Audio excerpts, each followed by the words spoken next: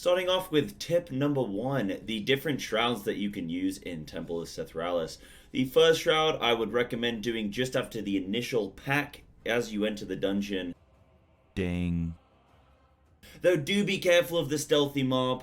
Make sure that your rogue saps him or somebody will end up pulling that and then you'll wipe. The second skip is just after the first boss, if you make it this far, of course.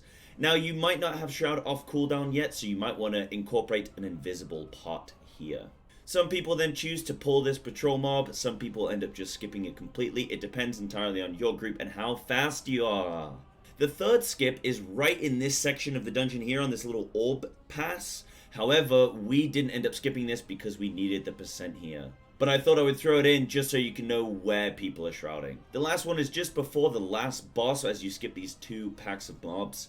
What you want to do is engage the last boss, get the buff, then you can kill everything so much easier and it's way more time efficient. The second tip I have for you today is to watch out on the second boss. When he wraps a specific player, you want to make sure that you use stuns in order to unlock that person, or you can burst it down. Ding. Though definitely stunning them is the better option. I would also say that you want to make sure that everybody in your group, every single person in your group, stacks up on the tank always. This is to bait these noxious breaths out in one direction, so it gives you a lot more room on the fights. And a final tip on this is if you have, say, a Typhoon or a Ring of Peace, you can wait until the last second that these adds are casting, and then just as it's about to tick, you can Typhoon them and it will put the dust cloud down, but it will still register as pushing them out of the dust cloud, which is really, really cool. After the third boss, you get greeted by a bunch of orbs that you want to try and avoid here. This is like an assault course. It's a fun mini game in the dungeon. Ding. And the ad at the end of the bridge that's summoning these orbs and pushing them towards you. If you have a rogue, you can use them to distract the mob to look in a different direction, and so he will start pushing the orbs in a different direction away from the rest of your group, as you will see just here in the final seconds, which makes it so that your group can pass easier. So if you have a terrible computer or you're like a warlock or something and you're super slow, then just wait for your rogue to distract for you. My fourth but not final tip for you is of course the orb room. How could it not make an appearance in this video? The orb room is quite a tricky one. I see a lot of groups seem to struggle here, and it's understandable, but it definitely shouldn't be something that depletes your keys for you. What you want to do as the tank is make sure that you're grabbing up as many of these mobs as possible to focus on you. Ding.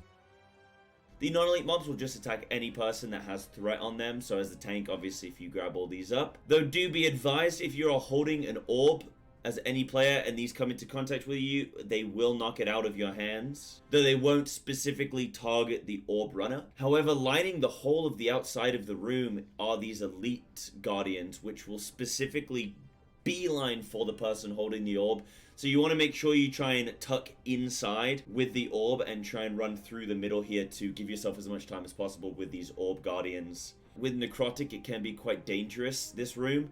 So what a lot of people will do, because these mobs add so many stacks to your tank and they're going to die in a few moments, is they will end up just getting 2 of these orbs in as quickly as possible, and then your tank will die, and whoever is running the second orb, you'll quickly die, and then your group will use an invis pot, run through the middle once the way is opened, and then they can res you from there. That definitely is a tactic I encourage, because you then have your next shroud available, or your last shroud available for the stair skip. Now, it is possible to solo this orb room. You can do both sides as a single player. You can see I even do it here without even having a keybind to use my special action button, which I definitely recommend you do.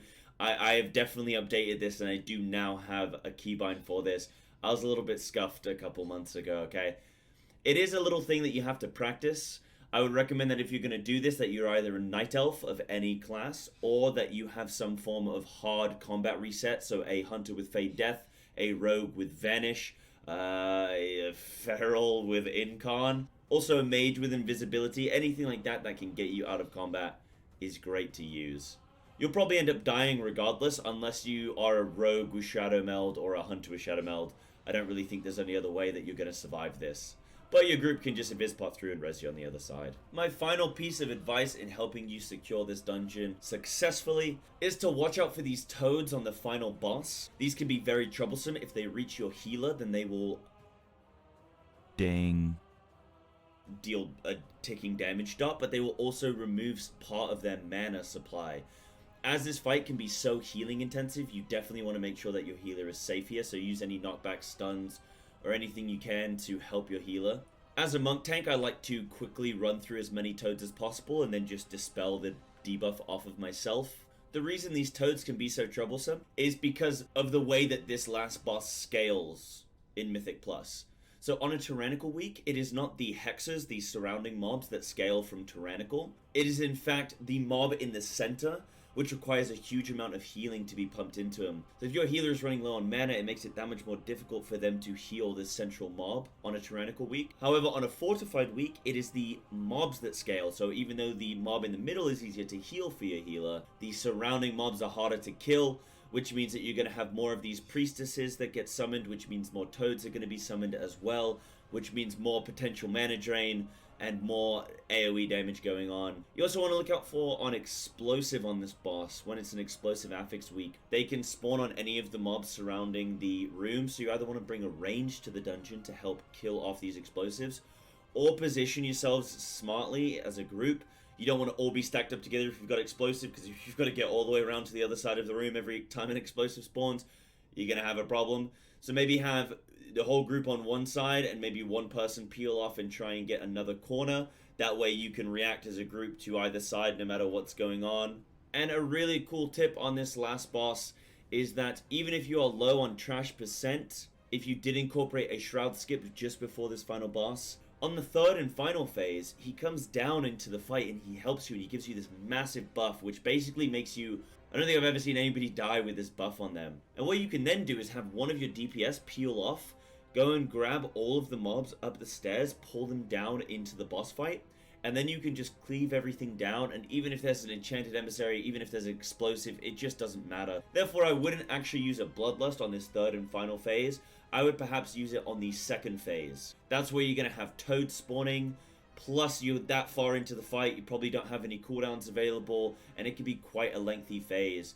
The longer that each of these phases goes on, the more of these priestesses that are summoned, so it just has a negative feedback loop and it makes it more and more difficult. I hope you all enjoyed today's video. I wanted to switch up the style a little bit, make it a little bit more bite-sized. These are a few little tidbits of information that a lot of you might not be aware of, and it might just help your success rate in this dungeon. Let me know if there's anything else that you want to see from me. We're quickly approaching the end of our initial dungeon series. We've only got a couple of dungeons left in this. Once that's over, we'll probably be nicely in timed with 8.3 finishing up, in which case we'll have a whole new dungeon affix to worry about, as well as a whole bunch of new corruption gear that we're going to have to implement into Mythic Plus, and how all of that might work. Let me know what you're looking forward to in 8.3 and how Mythic Plus might change for you. Don't forget, of course, there's also going to be Mechagon Mythic as well. So I hope you've been running that each and every week and figuring out what that trash does, because I've got no clue.